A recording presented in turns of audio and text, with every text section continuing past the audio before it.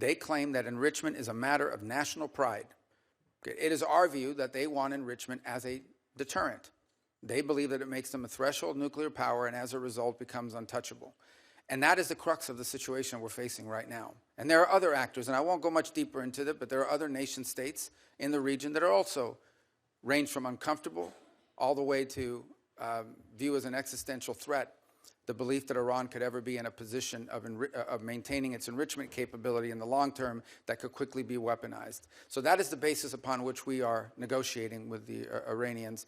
Our hope is that we can encourage them to show them a path towards prosperity and peace that allow them to develop their economy, that allow them, if they want, to have a civil nuclear energy program like other countries around the world have without enrichment. And it's our hope we can encourage them in that direction. The President has been very clear, and I won't elaborate any further, that they are never going to get a nuclear weapon. That is not going to happen.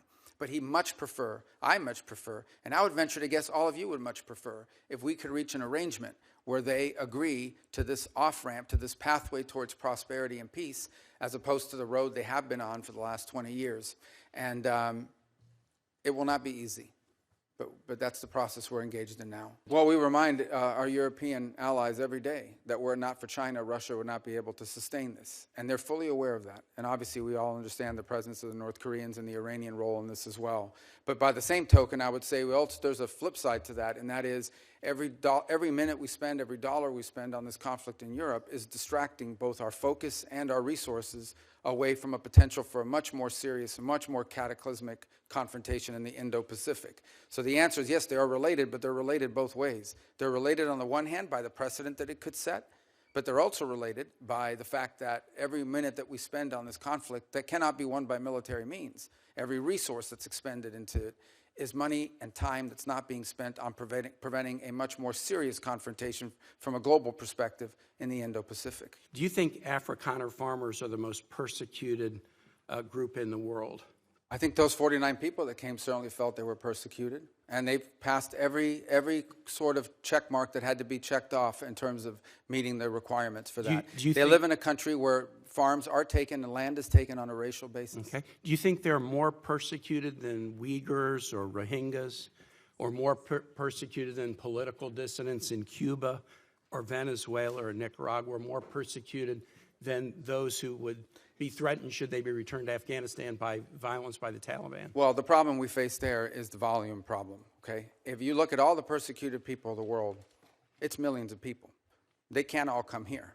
And we had refugee programs. So why prioritize Afrikaner farmers? Well, because it's a small subset. It's a new issue, and the president identified it as a problem and wanted to use it as an example. But that's different from having these refugee programs that were basically spending money to put people up in communities and accommodate them, and it was acting as a magnet. Millions of people entered this country illegally, and today the border is sealed. Let me challenge you, and I'm just going to say for the public, if you want to understand about the, quote, persecution of Afrikaner farmers, go look at the composition of the South African government. Since July of 2024, there's a government of national unity, and the opposition party to the ANC, the Afrikaner Party, the Democracy Alliance, is part of the governing coalition.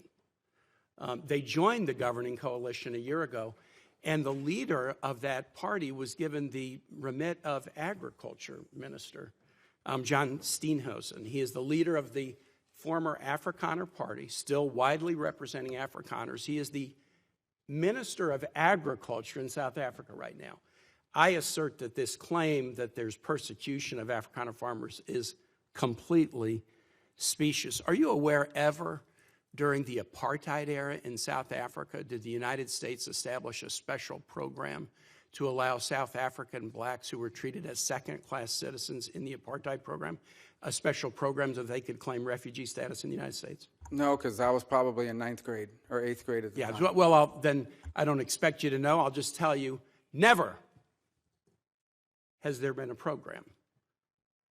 a special program for Africans to come in as refugees to the United States. We've allowed special programs for people being persecuted for their religion, Soviet-era Jews. We've allowed special programs for people fleeing from communism, Cuba, Vietnam, the Soviet Union. We've never allowed a special program to allow Africans into the United States in an expedited refugee status until now. Afrikaner farmers living in a nation governed by a government of national unity that includes the main Afrikaner Party. And actually, an even more right-wing Afrikaner Party is also included in the coalition government. I think everyone's consensus belief that one of the factors that went into Vladimir Putin's decision to invade Ukraine is his belief that Europe was so dependent on him for energy that they would do nothing about it if he did it. And that turned out to be the case. Now you've seen some countries moving faster than others to diversify. For example, I believe on Saturday was the first delivery of U.S. LNG to Italy. They've opened up a terminal now to accept it. There are other countries that are looking.